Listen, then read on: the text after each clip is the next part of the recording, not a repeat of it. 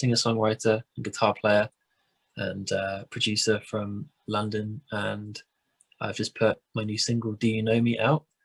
So what have you been up to since we last spoke? I've been working on a lot of new music, which has been really fun, and we went to Abbey Road, which is where we recorded this single, which was really, really exciting. But that's pretty much just been it. Just writing through lockdown and working on a load of new songs. And the lakes stuff, which is when I last spoke to you guys, was all released over the summer, and that was that was just a great experience. And I kind of wanted to go back into my solo stuff and sort of just start a new era with it. And I had these ideas in my head, and I've just been kind of mapping out how I want to sound as a solo artist, how I want things to look and feel, and that's basically been it. It's been a kind of the whole journey. The end of last year was just deciding, okay, how do I want to go into next year with these new songs? And I think I'm there now. I feel like I found that kind of path, which is cool. So who were your influences growing up? Was there a certain person that kind of made you like stand out in your memory of making you want to learn to be a musician and learn to pick up an instrument? Yeah, there were a few like really key ones. The first one, actually, I was telling this to a friend the other day, and it's really funny. I was obsessed with Jimi Hendrix and Eric Clapton as a kid, like fully, just completely hooked. I think when I first heard Voodoo Child playing on the stereo downstairs, my ears pricked up, and I was like, what is that sound? Like, how is he making his guitar sound that way? And I got completely hooked on the guitar. I started when I was 5 or 6. I think my dad found my grandmother's old nylon string, and I was trying to play like Hendrix covers on this like really rusty old guitar, and I loved it. It was so incredible, and I was obsessed over making a sound like that.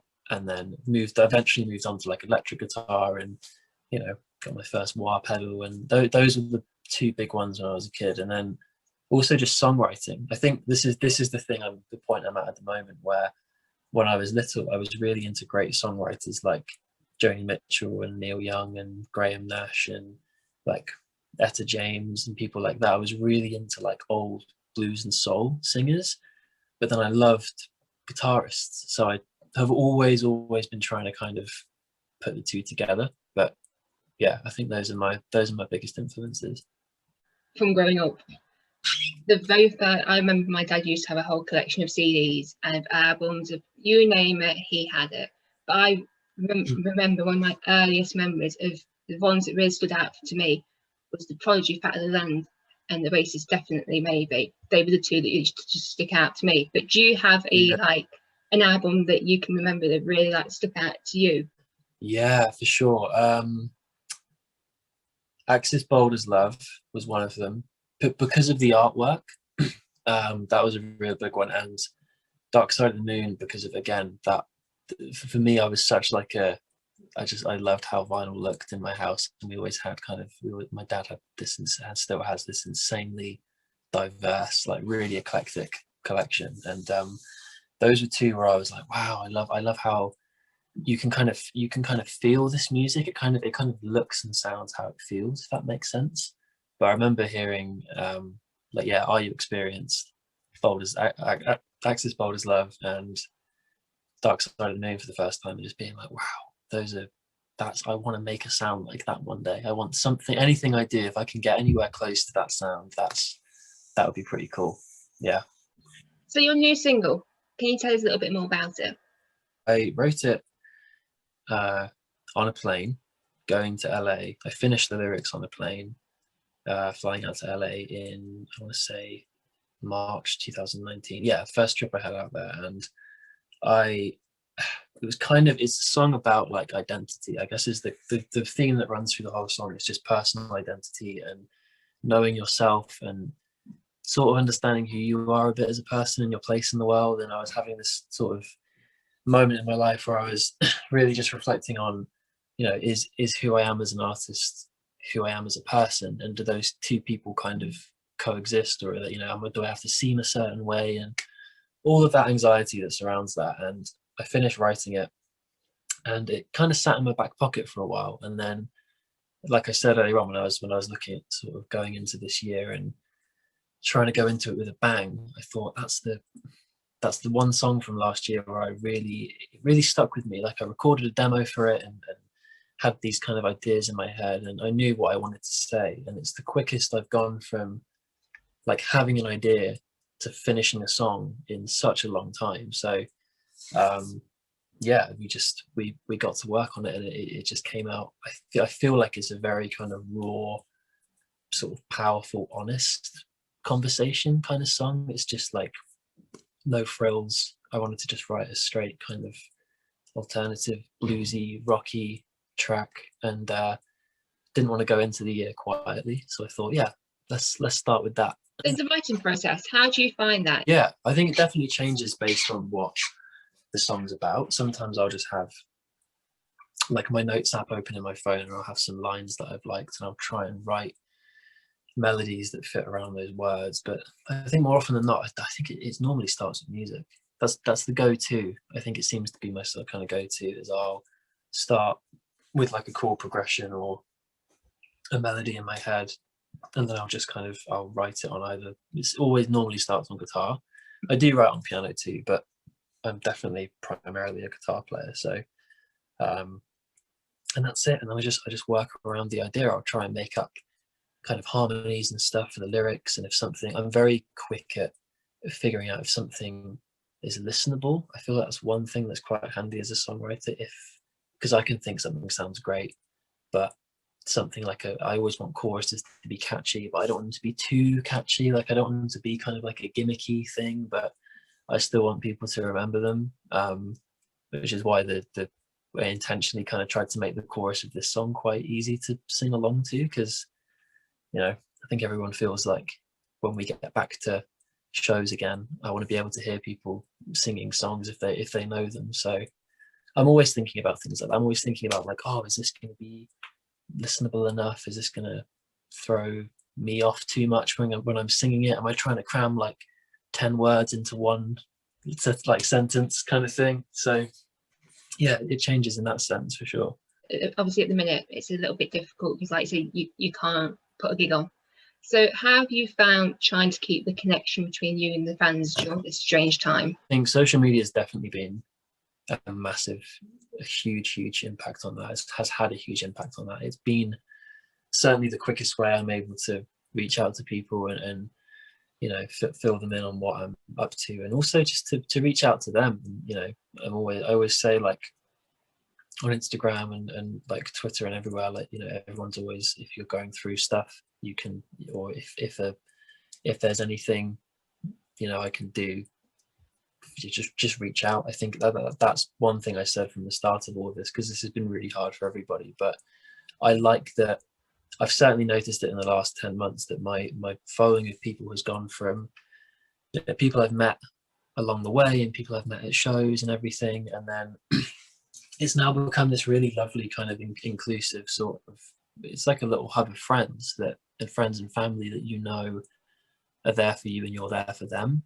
It sounds kind of funny, but it kind of becomes like you sort of become like mission control for each other, because you know that you can talk about anything. And I think Instagram certainly has been a great platform for sharing new ideas and kind of teasing little ideas with songs. But I think just staying connected in that sense has meant that when we go back to touring, which is what I miss the most, it's just going to feel really natural. It's kind of, I hope in a way it feels like no time's passed, because we've all been in touch all the way through lockdown. So I really hope that people feel that as well, because I know I definitely do. How have you actually found lockdown yourself? It's been very challenging. I think it kind of hit me in waves. I think like everybody in the start of it, when we didn't realize how long it was going to go on for, and everybody expected it would be over a few months and all of this is going to be okay and it's going to be contained. And then I think the reason this lockdown's been harder for me is because things that were cancelled from last year, from 2020, that have been rescheduled for this year, we don't know necessarily if those things are going to be happening this year again, which I've made peace with. I've made everyone's like it's just in the same boat, and that's all I've thought, is that I've got the most amazing friends around me to keep me kind of going through it, and the most amazing like following of people that listen to me. And like I said, they're really kind of like family. And yeah, it's been tough. I think just I miss the physical side of being a musician and actually getting on a stage. So it's definitely had its challenges. I'm so lucky to be in the position I'm in, still working on music and still working for other people's music, working on other people's music with them, and producing stuff. So I think if things were different, I would definitely feel different. If I wasn't doing music, I genuinely don't know what I would do. But yeah, I've been very lucky in that sense. Do you feel as well, obviously at the minute, because obviously with lockdown, you've not been able to really go in the studio as such, you've had to find different ways to really get creative with your music. Do you feel it's kind of changed how you write as well, or how you actually create a piece of music? Yeah, for sure. I've gotten a lot more. I mean, I have like a kind of home studio setup as well, which is super handy. And I would definitely recommend any lockdown artist. It's the prime time to buy some. I'm lucky in that I started out recording stuff at home when I did music through school and college, and got a degree in it and everything. So I really I kind of rekindled my love of making everything myself and not having to rely on going to a studio. And I kind of wanted to prove to people in a way that you didn't have to always be in Abbey Road or wherever it is. Or we recorded this single in one of the most iconic studios in the world, but you really don't have to do that. That was such a luxury. So for me, it changed my sense of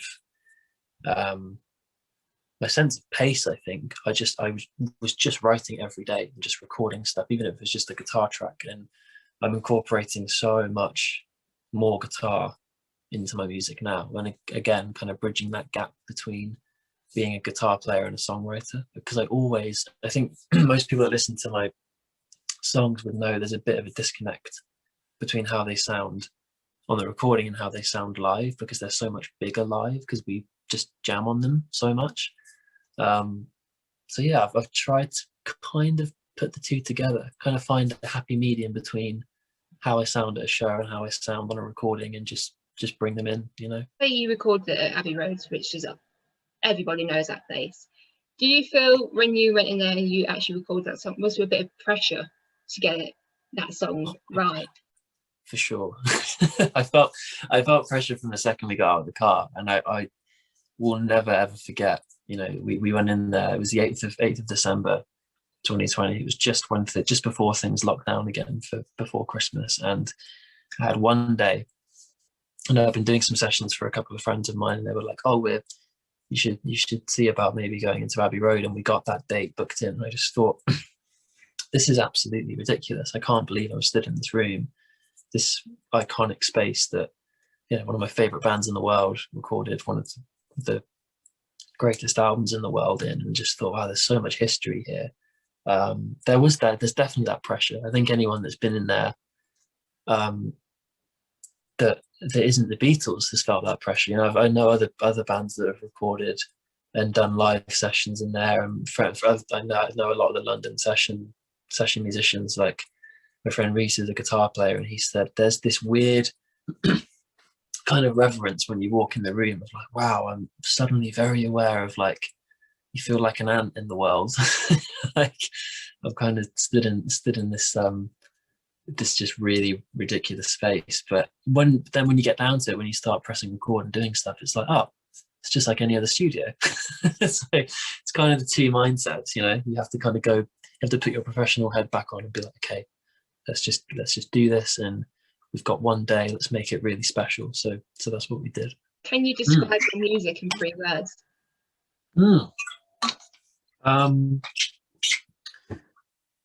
3 words. Yeah, I think dreamy, heartfelt pop, I guess, is the, I don't know, dreamy, heartfelt pop.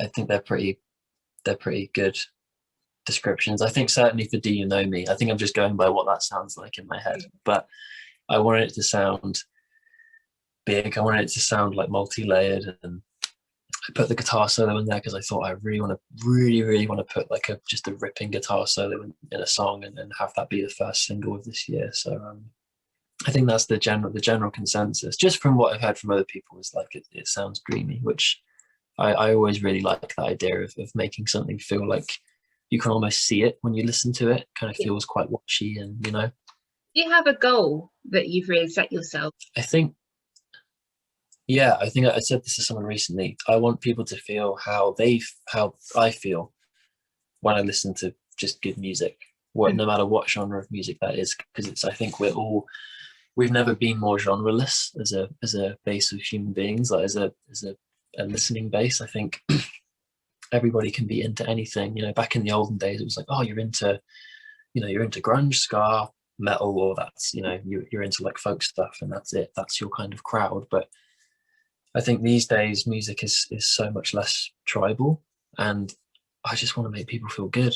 I've said it before in interviews where it's like, I just want people to feel, how I felt when I listened to like Layla or Voodoo Child, be like, oh wow, that's different, and that sounds like this person. I think I've always wanted to make something that feels me. It's brilliant being compared to other people. It's the maddest compliment in the world to be told like, oh wow, I hear like Jeff Buckley and what you do, and I've idolized Jeff Buckley for so many years and always will do. But it's nice when you can get to a point in your career where you're like, I sound like me now. I sound like this is a Sam Martin song. So I think that's the goal. Yeah, make people happy through being honest with myself. If that was my tagline. What are the plans for this year? Yeah, for sure. It is hard. It's hard to say with definite kind of physical touring plans or anything, but we're just going to see how that goes. But apart from that, just more music, loads more singles. There's going to be an EP in the spring, which I haven't kind of officially announced yet, but it is coming. And I'll be kind of announcing more about that over the next couple of weeks. But yeah, just ride the wave, I suppose. As my manager so brilliantly put that expression, is like, just ride the wave. We're all on it. We'll get out of it eventually. We've just got to all stick together, and I just want to keep making music for people. So I'm lucky that I get to do that. So if you could play any venue, anywhere in the world, your dream venue, what would it be? Oh, that's so good. See, I want to say somewhere like Wembley because it's big, but I don't know. I think honestly, my dream venue to play like a sold out show where it's just us on the bill and we can play for like 2 hours would probably be somewhere really obscure. I don't know. Something like the Budokan in Japan, because I've always wanted to go to the Budokan. I've always wanted to go to Japan, and I think it would be just crazy to play in a huge arena and us just be 3 people, because it would be this huge space and then just these 3 little dots. That'd be quite cool. I really want to go to Japan at some point in my life, so it'd be cool to play a gig out there. That would be special. That's the number one. That would be pretty special, yeah. Definitely. As well, if you could collab with anyone, dead or alive, who would it be? If you could collab with them for one gig or one song? I think at the moment, I'm really into Alec Benjamin's stuff. And I just got floored by his album a few days ago, and I was watching him play a set in, I think it was the Troubadour in LA, and I love that venue. I've been to LA. I spent quite a lot of time out there, and I love going to that venue just to see bands. And yeah, probably Alec Benjamin right now, and then artists from years gone by, probably Jimi Hendrix, because I'd love to sit on those bootleg sessions when it's just someone putting a mic in the room and recording how they write. I really loved how he wrote riffs and how kind of all over the place his thoughts were with writing. So that'd be quite cool. Yeah. He was the two together, that would be even more special. Yeah. Is there any information that you want to put onto the interview? Just go follow me if you'd be so kind. Yeah, my Instagram, Facebook, and Twitter is at Sam Martin Music UK. Go follow my other project, Lakes, which is at This Is Lakes on everything, I think. Yes. Other than that, just thank you. Yeah, thank you if you're watching this and you listen to my music. Thank you very much for listening, and I hope I get to see you soon. All right, Sean. Thank you so much. No problem. All Cheers. right, I'll speak to you in a bit, mate. Bye. Bye.